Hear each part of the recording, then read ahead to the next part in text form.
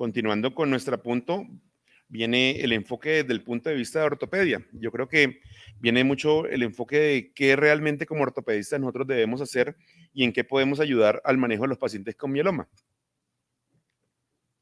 Entonces, esta es la forma como vamos a desarrollar nuestra charla. Vamos a hablar algo de epidemiología, de manifestaciones clínicas, algunas ayudas diagnósticas y unos casos y finalmente un mensaje de conclusión para llevar a casa. Entonces, acá tenemos un paciente de 71 años de edad. Este paciente llevaba 6 meses por dolor cervical y refería mucho dolor a nivel del cuello y que se irradiaba hacia miembros superiores, sobre todo hacia una zona que se llama cubital y de manera bilateral. Entonces, este paciente consultó muchas veces a servicios de emergencia, servicios de consulta externa, donde se le tomaron unas radiografías y realmente fueron interpretadas como unas radiografías que tenían cambios degenerativos y que seguramente por esos cambios degenerativos era que el paciente tenía dolor a nivel cervical y se le formularon muchas veces fisioterapias, pero ante la no mejoría del paciente ya vamos a ver qué pasó con este paciente. Entonces, recordar que en cuanto al mieloma múltiple, se presenta en una edad promedio de los 70 años, que es mucho más frecuente en hombres que en mujeres, en una proporción también de 3-1 de hombre-mujer, más preponderantemente en raza negra. Y lo más importante es que en el 2015 se reportaron 11.000 muertes secundarias a mieloma múltiple. Yo creo que este es el punto importante donde debemos enfocarnos en la detección temprana. Acá viene un punto importante y es simplemente mencionar cómo la parte fisiopatológica del mieloma afecta esa relación y esa balanza hacia favor de los osteoclastos, produciendo lesiones a nivel de los huesos y produciendo todo el resto de secuelas que ya hemos visto en las conferencias. Recordar que el 50% de los pacientes presentan dolor lumbar o dolor dorsal, que aumenta con los movimientos, que a diferencia de otro tipo de tumores en columna o en los huesos, no se presenta dolor nocturno, que secundario a las fracturas patológicas, los pacientes van perdiendo estatura y se van deformando, pueden estar asociados a todo el resto de alteraciones como anemia, insuficiencia renal e hipercalcemia, y que la palidez puede llegar a ser un signo frecuente del examen físico de los pacientes. Generalmente estos pacientes pueden llegar a presentar en un 80% fracturas, como lo vamos a ver más adelante, y el 70% causan como dolor en su primer síntoma. Como vimos el paciente que les mencionaba al comienzo, estos son pacientes que llevan tiempo consultando por dolor, dolor en extremidades, dolor a nivel de la columna y que generalmente nosotros como ortopedistas o neurocirujanos que enfrentamos acerca del manejo de la columna debemos tener este diagnóstico diferencial más si sospechamos alguna fractura patológica. Acá vemos ejemplos de fracturas patológicas, como lo mencionamos, una fractura lítica a nivel del húmero que realmente puede llegar a producir muchas secuelas en el paciente. Entonces, ¿cuál es el papel del ortopedista frente al paciente con mieloma? Uno, podemos ayudar en el proceso del diagnóstico temprano. Dos, podemos tener ayudas también en cuanto a la osteosíntesis y la reconstrucción de las fracturas. Y tres, creo que hay un punto importante de saber evaluar el riesgo de si el paciente está en riesgo de fracturarse.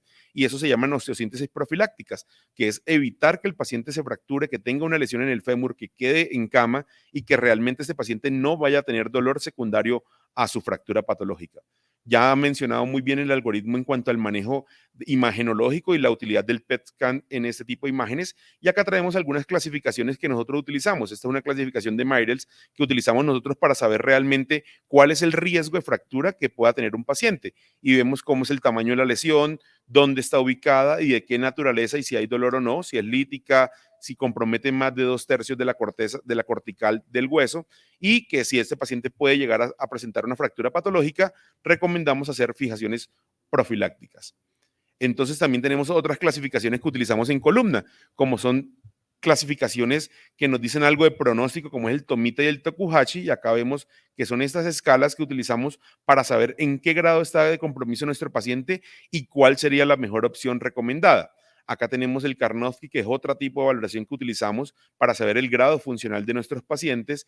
Y finalmente, la que estamos utilizando más en columnas, esta que se llama SINS, que nos habla acerca de si las lesiones en la columna vertebral son estables o inestables.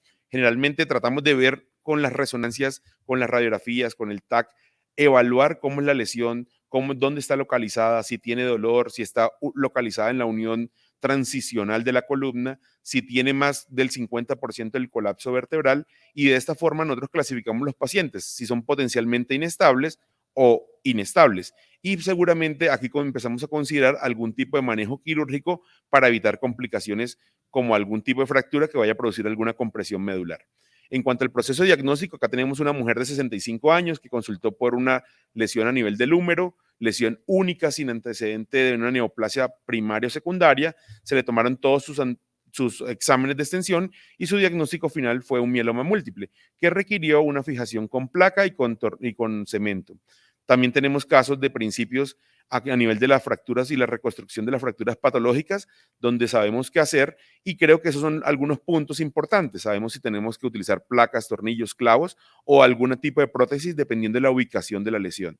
Acá vemos un ejemplo de una mujer de 78 años con dolor también a nivel del brazo derecho, que fue llevada a la colocación de una placa con cemento para lograr la fijación de esa fractura. Tenemos lesiones también a nivel fractura, a nivel del fémur distal, que requirió un tipo de enclavijamiento endomedular retrógrado para su fijación. Tenemos otra lesión mucho más severa ya marcada lítica a nivel del brazo también del lado izquierdo, 62 años, y fue manejada con un clavo endomedular también. Entonces tenemos casos ya cuando lo mencionaba anteriormente, dependiendo de la ubicación, este caso ya está comprometiendo la articulación y aquí ya un clavo o una placa no funciona, toca hacer cirugías mucho más complejas por el grupo de ortopedia oncológica para hacer reconstrucciones a nivel de articulaciones como en la cadera y en este caso como en el hombro.